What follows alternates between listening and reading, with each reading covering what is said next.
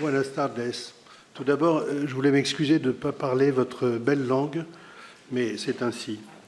Donc, merci à toutes et à tous d'être là ce soir autour de Giacometti dans ce magnifique musée.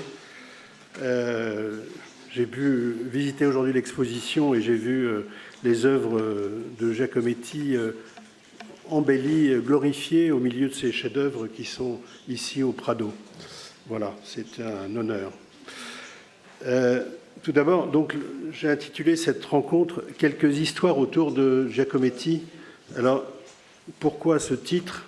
Parce que, en fait, la vie des artistes, comme la vie de tout un chacun, de tout homme, est composée d'histoires.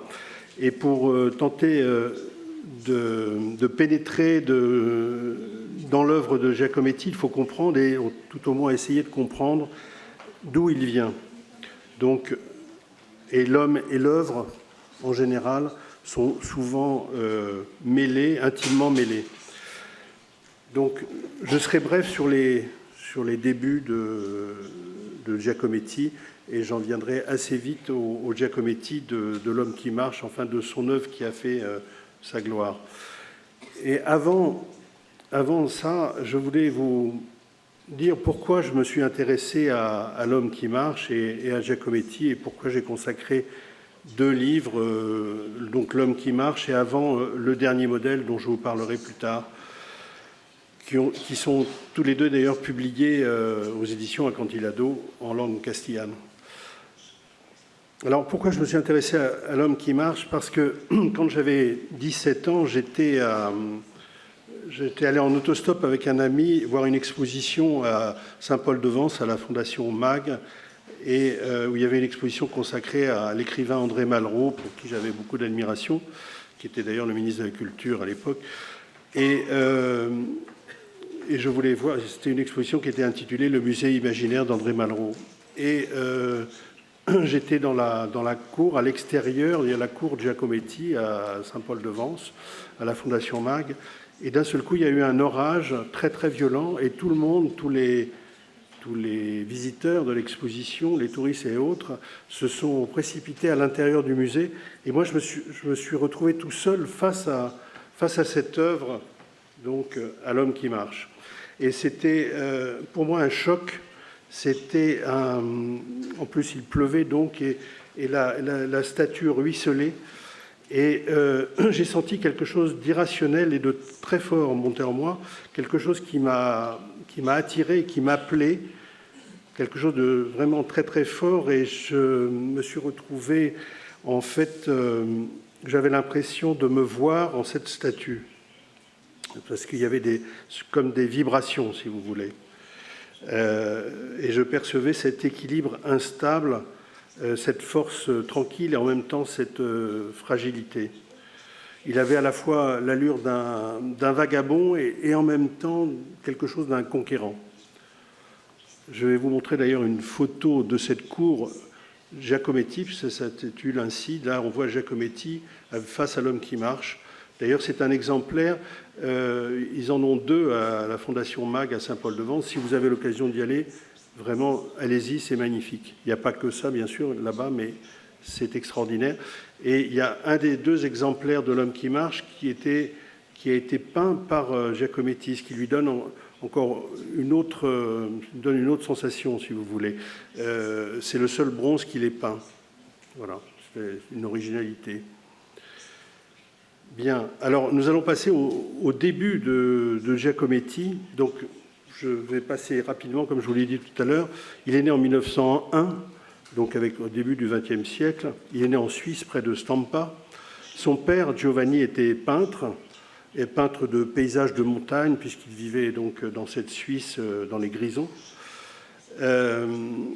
Et très vite, Giacometti, fils, enfin Alberto, qui porte d'ailleurs en premier prénom Giovanni, le prénom de son père, mais son deuxième prénom étant Alberto, il a choisi Alberto pour pas qu'il y ait de confusion, comme ils étaient artistes tous les 2.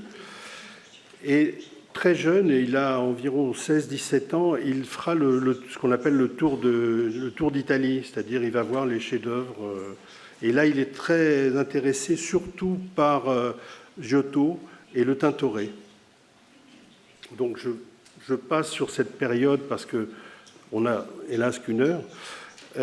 Ensuite, il ira très vite à Paris, accompagné de son frère, enfin d'un de ses frères, puisqu'il était 5 frères et sœurs.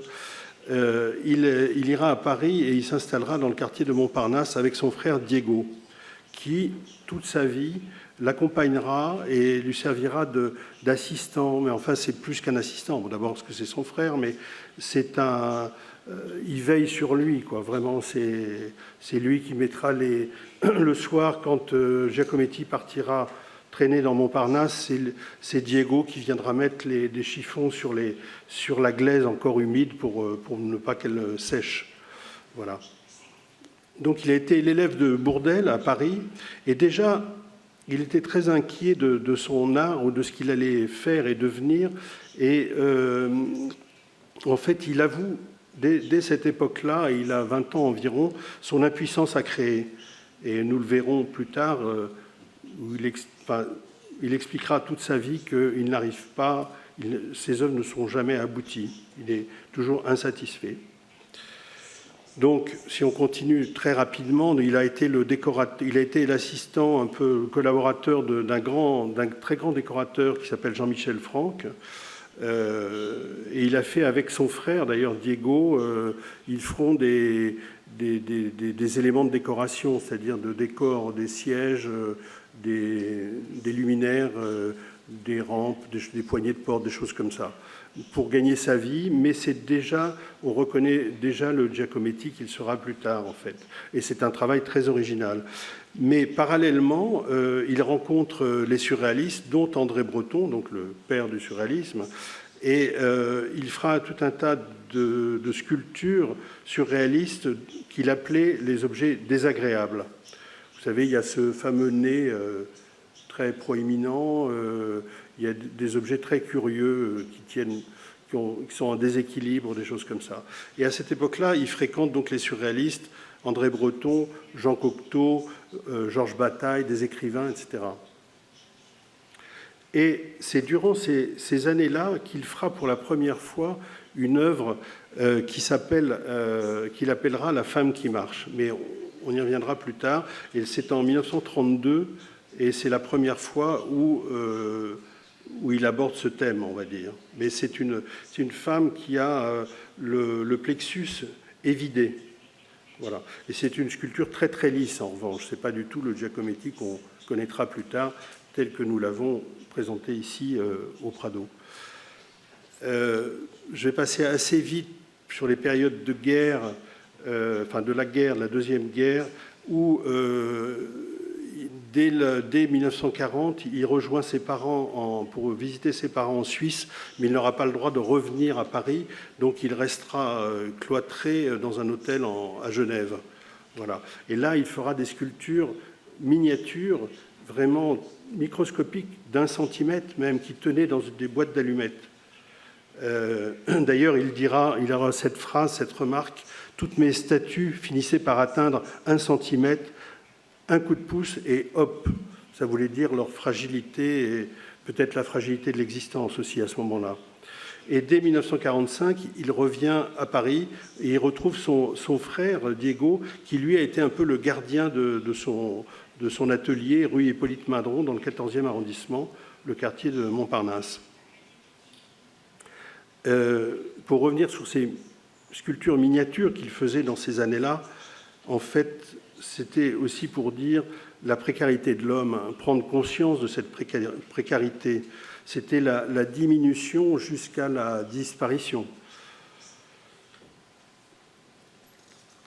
Et on voit, Giacometti, en fait, exprime l'espace et ses limites. Voilà. Et déjà, il incarne l'homme esselé, coupé de toute source de vie, ce qu'il était en Suisse, puisqu'en fait, il voulait vivre et créer à Paris comme bon nombre d'artistes à cette époque-là. Et là, dès maintenant, dès ces années de guerre, son art se radicalise et sa vision se débarrasse de toute anecdote. Il va à l'essentiel. Voilà. Alors, je reviens un tout petit peu en arrière pour revenir à l'homme qui marche, dont nous allons longuement parler ensuite, mais je reviens un peu à l'adolescence du jeune Alberto. C'est en 1915, il a 14 ans, et ses parents l'ont mis dans une pension à l'autre extrémité des Grisons, et au moment des vacances de Noël, il vient rejoindre ses parents, et là, il doit prendre plusieurs moyens de transport, une voiture postale, un autobus, un train, et il a une station à Coire, qui est une petite ville de la Suisse, qui est à 17 km de chez ses parents, et il a une heure d'attente. Donc c'est la période de Noël, il neige, il fait très froid. Pour se réchauffer et attendre, pas bêtement, il se réfugie dans une librairie. Et là, il découvre un gros livre consacré à Auguste Rodin. Et il a un choc et il est en admiration devant l'œuvre de Rodin. Il faut savoir qu'en 1915, Rodin est encore vivant. Il est considéré comme un artiste majeur, à juste titre d'ailleurs, et il mourra en 1923, Rodin. Et ce gros livre l'impressionne à tel point qu'il veut absolument l'acquérir, l'acheter. Il lui reste que les sous dans sa poche pour prendre le train pour rentrer chez lui. Et c'est là où il y a un acte déterminant, je trouve, dans cette jeunesse, puisqu'il n'a que 14 ans. Avec ses quelques sous, il achète le livre et il est obligé de rentrer à pied chez ses parents. Donc il parcourt 17 km à pied sous la neige. Il tombe, il glisse avec ce gros livre qui est très lourd. Et donc je pense que c'est un acte fondateur parce que Rodin a réalisé une sculpture qui s'appelle l'homme qui... Alors là, c'est l'homme qui marche de Giacometti, je ne sais pas... Voilà, l'homme qui marche de Rodin, c'est une sculpture de Rodin donc, qui date de 1907. Et donc il découvre dans ce livre cette sculpture. Donc je pense que ça doit le travailler, puisque en 1932, comme je le disais tout à l'heure, il a créé cette statue que je n'ai pas en photo, hélas, qui s'intitule, et qui n'est pas non plus dans l'exposition, « La femme qui marche », mais qu'on trouve facilement dès qu'on cherche. « La femme qui marche », 1932. Et là, voilà l'homme qui marche de Rodin. Alors cette statue, c'est un peu l'opposé de ce qu'il fera lui, mais il se confronte avec son maître, c'est dire l'ambition qu'il a. Il se confronte parce que là, on a toutes les racines de l'art gréco-romain, et avec tout est en force, en muscle, alors que chez Giacometti, tout est en fragilité et même en humilité, on peut dire. Voilà. Donc, pardon,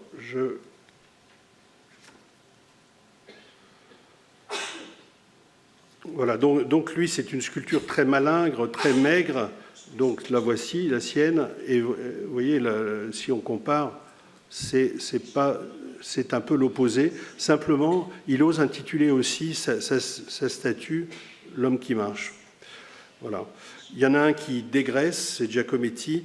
Alors, il y en a un qui se confronte au vide, Giacometti, alors que Rodin s'en prend au bloc, occupe l'espace. C'est un peu ce que faisaient tous ses prédécesseurs, tous les autres artistes, les artistes sculpteurs auparavant. Ils s'attaquaient à un bloc de marbre ou de pierre et ils dégraissaient au fur et à mesure pour arriver à ce qu'ils voulaient faire, à leur sculpture ou à leur statue. Là, c'est la démarche exactement inverse. Giacometti construit sa statue avec ses mains et avec de la terre glaise, et au fur et à mesure. Et en fait, il y en a un qui...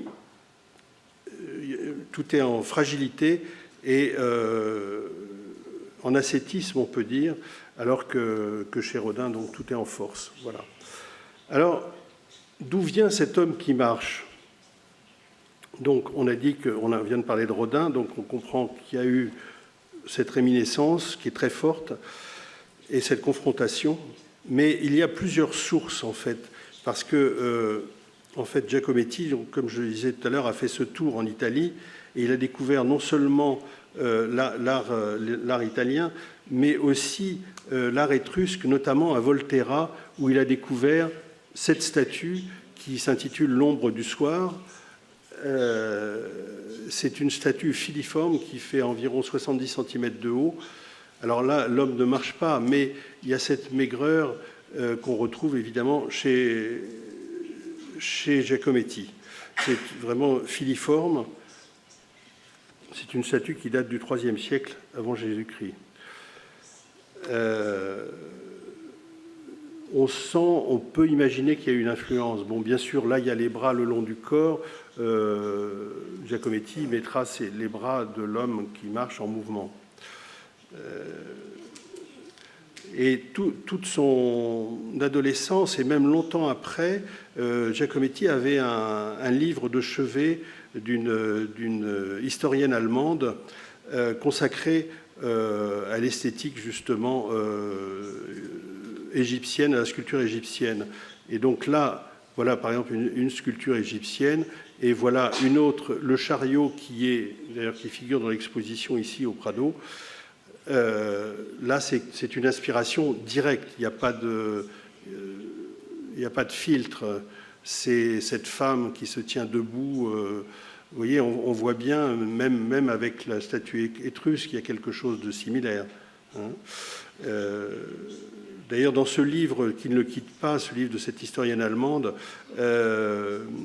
il couvre les pages de graffiti, de dessins, d'imitation. Il copie beaucoup parce que toute sa vie, Giacometti ira au Louvre, notamment quand il sera à Paris plus tard. Il ira copier les statues, la statuaire égyptienne. Voilà. Ce qui est intéressant chez les Égyptiens, en fait, c'est que l'intention des Égyptiens est de ressusciter la vie dans la mort. Et voilà. Bon, donc là, on comprend donc que ça renvoie directement à l'art égyptien, je viens de le dire. Voilà. Alors, avant de devenir une icône, l'homme qui marche a eu plusieurs étapes. D'ailleurs, il y a une question que posait André Breton pour une revue surréaliste, donc entre les deux guerres. Il lui disait « Qu'est-ce que ton atelier ?» Et Giacometti lui avait répondu « Ce sont deux petits pieds qui marchent ». Donc il y a cette obsession très tôt, donc toujours de l'homme en mouvement, de l'homme qui marche. Et juste après la Libération, à son retour à Paris, donc là où il rejoint son frère Diego, dans son atelier de la rue Hippolyte Mindron, il reçoit une commande de l'État. Plusieurs artistes sont chargés de faire, pour mettre dans Paris, des sculptures en hommage à des grands résistants qui donc se sont battus et qui souvent sont morts face aux nazis. Donc, et lui choisira en fait un résistant qui s'appelle Gabriel Péri, et il le montre, et c'est le premier homme qui marche de Giacometti. Et en fait, c'est une sculpture qui est très peu connue parce que, en fait, elle n'a pas été réalisée. Il y a juste une maquette qui fait, je ne sais pas, 40 cm de haut. J'ai pu la voir à la Fondation Giacometti, mais elle est rarement exposée puisqu'il y a un seul exemplaire. Il y a un très haut socle puisque c'est destiné à être un monument. Et puis, il y a un homme qui marche dessus, ce fameux résistant qui s'appelle Gabriel Péri. Mais ce n'est pas le vrai premier homme qui marche. Enfin, vous voyez, il y en a eu plusieurs qui ont jalonné toute sa création. Et la première statue, en fait, il la fera pour l'exposition qui aura lieu à New York en 1948, en janvier 1948, à la galerie Pierre Matisse. Pierre Matisse étant le fils de Henri Matisse, qui a une très grande galerie à New York et qui est un des meilleurs marchands de New York à cette époque. Et Pierre Matisse réalise tout de suite que Giacometti est un grand artiste. Et il décide d'éditer toutes ces... D'abord, il lui commande l'exposition et Giacometti travaillera toute l'année 1947 pour préparer cette exposition. Et on peut dire que toutes ces œuvres majeures sont nées à cette époque-là pour cette exposition de New York, qui sera très bien perçue d'ailleurs par la majorité des critiques. Il y aura de très bonnes critiques dans la presse. Il y aura quelques critiques un peu réservées, mais enfin, dans l'ensemble, ce sera très remarqué, mais pas spécialement L'homme qui marche, qui pourtant figure dans cette exposition. Alors, il y a un autre marchand français qui s'appelle Aimé Mag, donc, qui après fera cette fondation dont je vous parlais au tout début à Saint-Paul-de-Vence. Et Aimé Mag partagera les éditions de bronze avec ce marchand, Pierre Matisse, et exposera un peu plus tard, seulement je crois que c'est en 1953, à Paris, dans sa galerie dans le 17e arrondissement, les œuvres de Giacometti, qui seront aussi tout de suite très bien perçues parce qu'il y avait eu l'écho à Paris de l'exposition de New York. Donc c'est toujours mieux, évidemment.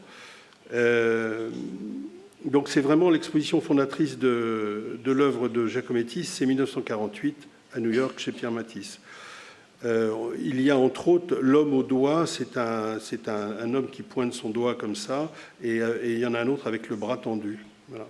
Et tout est un peu exagérément disproportionné, les mains, les bras et les jambes, et les pieds notamment, qui servent un peu de socle, en fait. Comme le reste des statues sont assez minces et frêles, il faut bien que ça s'appuie sur quelque chose, sinon ça ne tiendrait pas. Ou alors il y aurait besoin d'été et ce serait moins joli. Voilà. Je ne sais plus. Alors le voilà dans son atelier de la rue Hippolyte Mindron. Ça, c'est lui avec l'homme qui marche, en train de transposer. Ça, c'est une photo qui a été prise par Cartier-Bresson. Pardonnez la qualité, mais c'est un peu les moyens de transfert qui ne sont pas extraordinaires, mais enfin, c'est ainsi. Ça donne une idée tout de même. Et cette photo de Cartier-Bresson est fantastique parce qu'on voit Giacometti en mouvement et il a été pris sur le vif, il n'a pas posé, mais il a quasiment la position de son homme qui marche, qui est au premier plan. Donc, voilà. Alors, après, donc, il s'installe à Montparnasse où il fréquente tous les grands intellectuels de l'époque, à savoir Jean-Paul Sartre, Camus.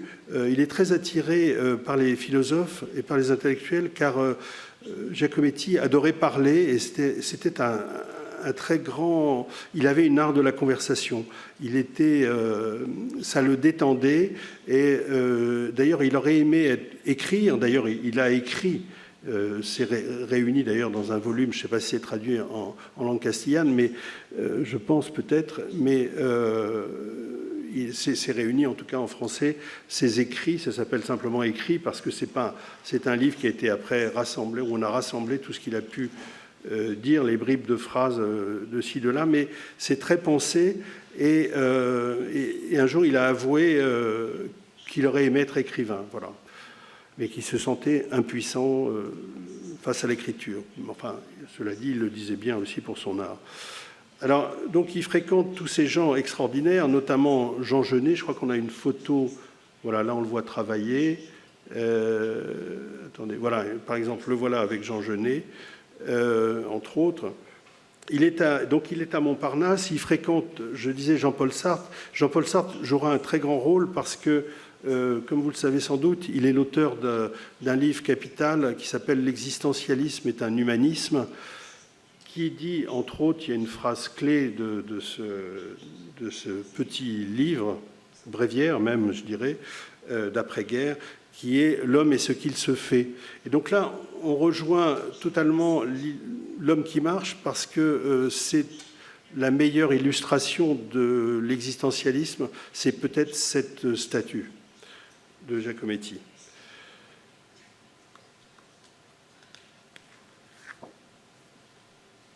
Alors pourquoi cet homme qui marche intéresse-t-il autant et toujours, aujourd'hui peut-être encore plus, pourquoi cette statue est devenue emblématique non seulement de l'œuvre de Giacometti, mais peut-être même de l'art du XXe siècle. C'est une œuvre capitale, donc. bon, il se trouve que c'est devenu aussi la sculpture la plus chère du monde. Ce n'est pas un hasard pour Giacometti. Depuis, je crois qu'il y a eu, d'ailleurs, je crois que c'est récent, je crois que c'est la semaine dernière, où il y a 15 jours, une sculpture de Jeff Koons. Enfin, passons, je crois que c'est un lapin, mais voilà. Disons que Giacometti m'intéresse plus que Jeff Koons. Alors revenons à notre homme qui marche. Donc, oui, on peut parler de l'acte même de marcher, parce que marcher, c'est être, et marcher, c'est aussi penser. Et marcher, c'est une délivrance.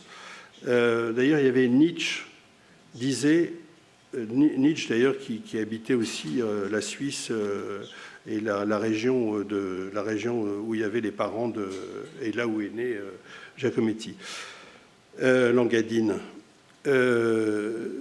Nietzsche disait donc « Les grandes pensées ne me viennent qu'en marchant ». Voilà.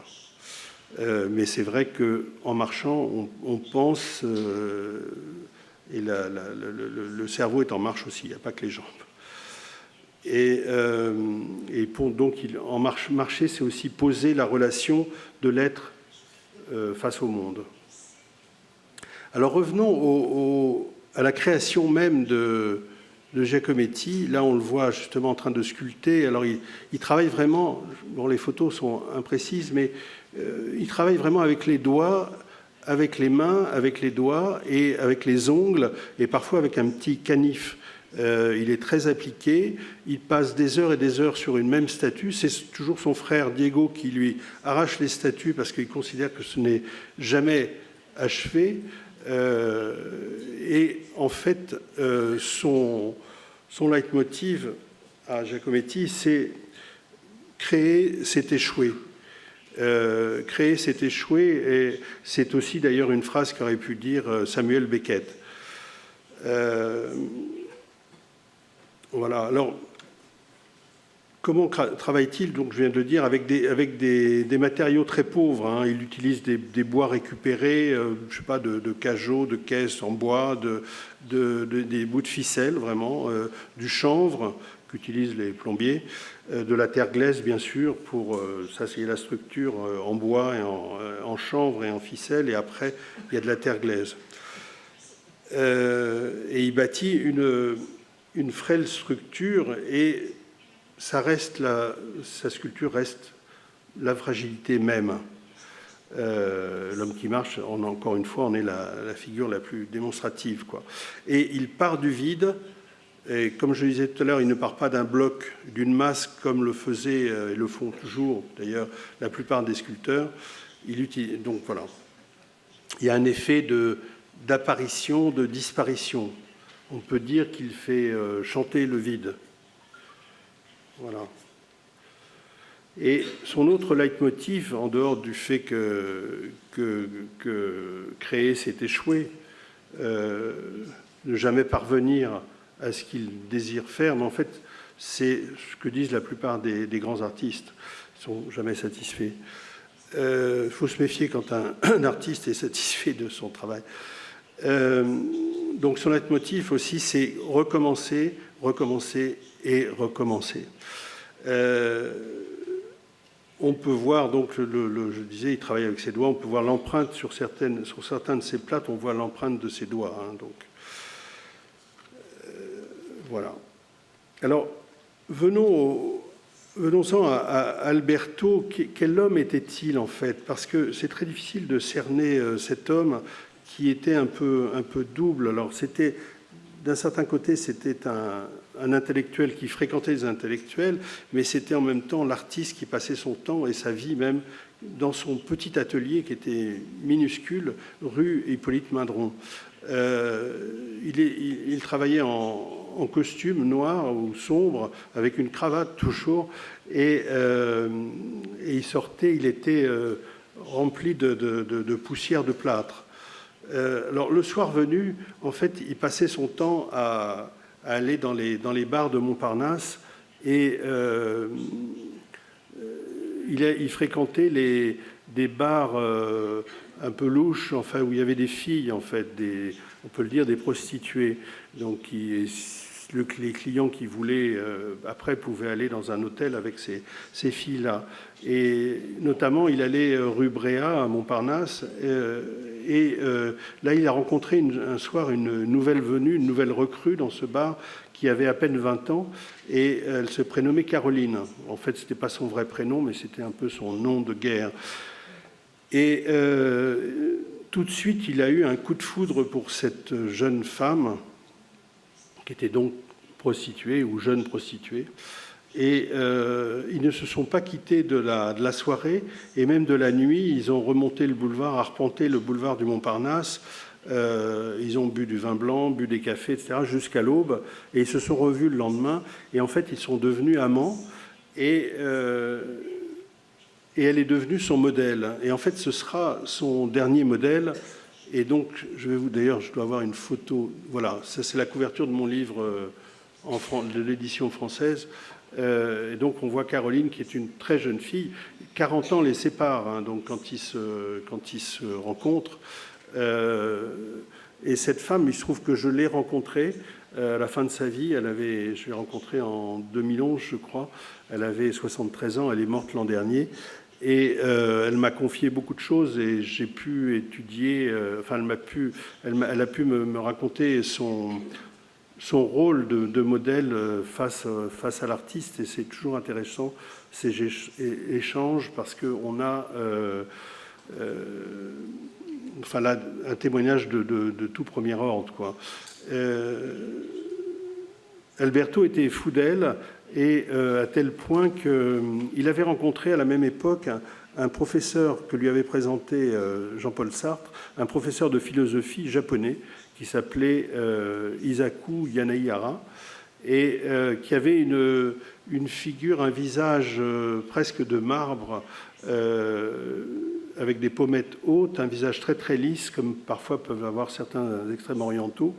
Et il était fasciné par ce visage, et donc il lui a dit « Je veux absolument vous peindre et vous sculpter ». D'ailleurs, il y a, dans l'exposition ici au Prado, on a un portrait de Isaku Yanagihara. Voilà. Il est fasciné à tel point qu'il lui demandera de rester plus longtemps que son séjour à Paris n'était prévu, puisque ce professeur de philosophie enseigne à l'université d'Osaka, et il a une femme et deux enfants qui l'attendent. Il est le traducteur de Camus au Japon et de Sartre. Et Giacometti lui demandera de rester dans son atelier et de poser pour lui plus de 2 mois. Alors, et il avait un grand pouvoir de conviction, puisqu'il arrivait à convaincre ce Japonais de rester à Paris. Et en fait, il lui a présenté sa femme, parce que Giacometti a présenté sa femme, qui se prénomme Annette, donc, et d'une certaine manière, alors c'est là où c'est une phase qui est un peu sombre, on va dire, de la part de Giacometti, et qu'il l'a mis un peu dans les mains de son ami japonais, et qui deviendront amants. J'ai eu l'occasion de lire, c'est hélas pas édité dans aucune langue, mais j'ai pu lire la correspondance à la Fondation Giacometti. Et en consultant cette correspondance, on voit que ce sont 2 amants extrêmement amoureux, séparés évidemment par la distance entre le Japon et la France. C'est pas facile, et donc on peut imaginer que ça peut amplifier peut-être leur amour, mais c'est une correspondance extraordinaire. J'espère qu'un jour elle sera éditée. Et pendant ce temps-là, donc, pendant que cet ami japonais était avec sa femme Annette, eh bien, Alberto était avec Caroline, voilà. Et donc il l'a peinte, et ce fut son dernier modèle, avec un autre, avec un photographe qui s'appelait Élie Lothar, et dont on a ici aussi un exemple, c'est la sculpture d'un homme à genoux, c'est Élie Lothar.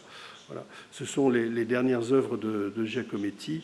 Donc Giacometti, qui est mort en 1966, en janvier 1966, d'un cancer, parce qu'il fumait énormément. Il devait fumer, je crois, 3 paquets par jour de cigarettes, donc évidemment, ça n'aide pas. Voilà. Donc il a connu cet amour fou avec Caroline, qui durera à peu près 6 ans, puisqu'ils se sont rencontrés en 1959, et il est mort en janvier 1966. Voilà. Que vous dire d'autre ? Je ne sais pas du tout où on est en temps. Oui, alors il a aussi offert, parce que cette Caroline avait un rôle très très important. Et puis elle était très exigeante. Il ne faut pas oublier qu'elle était prostituée. Donc elle avait donc d'autres clients que Giacometti, qui n'était plus un client, mais enfin elle vivait de son côté. Et donc un jour elle lui demande de lui offrir une voiture. Alors ça peut paraître une anecdote, mais cette voiture aura un rôle important dans l'œuvre de Giacometti. Parce que, alors elle lui demande de lui offrir une Ferrari rouge, mais il lui offrira une MG décapotable rouge. Et dans cette petite voiture décapotable, ils feront le tour de Paris la nuit.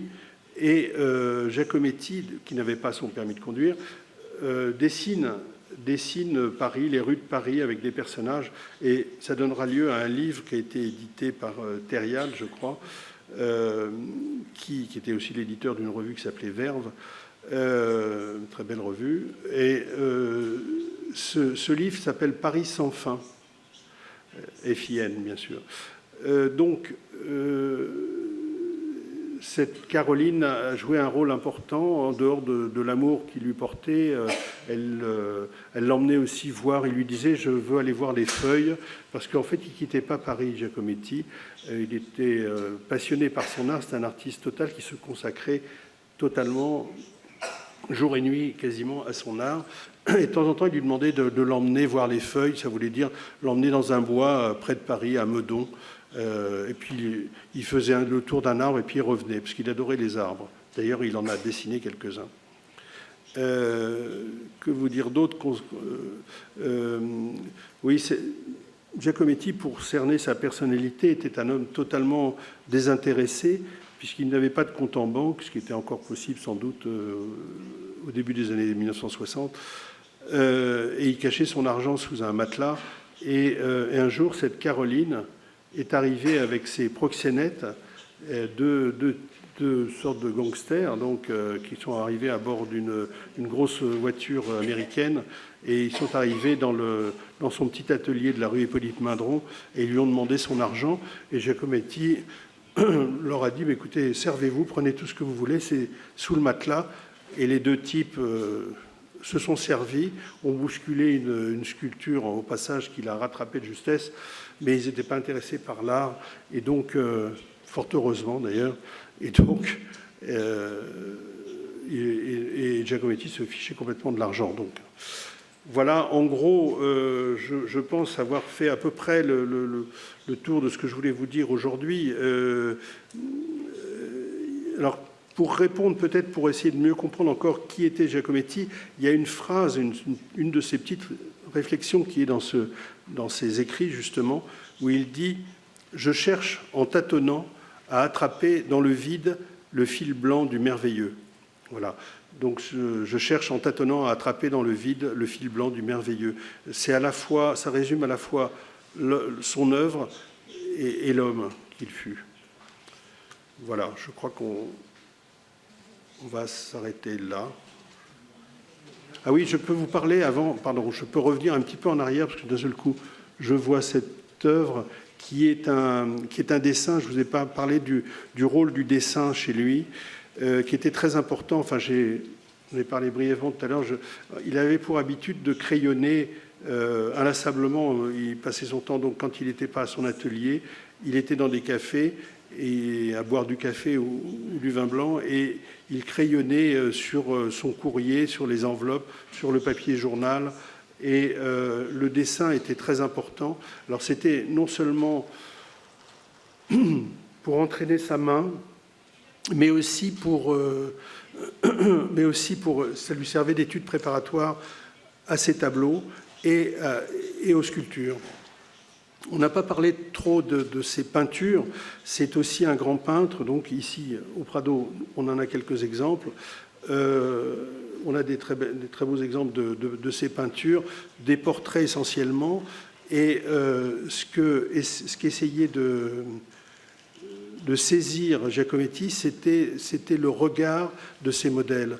Et donc, il creusait inlassablement les yeux, le pourtour des yeux, parce qu'il disait qu'une personnalité, on retrouve une personnalité à travers son regard, ce qui est me semble-t-il, assez juste, puisque même quand quelqu'un vieillit, quelqu'un que vous n'avez pas vu depuis très longtemps, on reconnaît à travers ses yeux, son regard. Voilà, je vous remercie.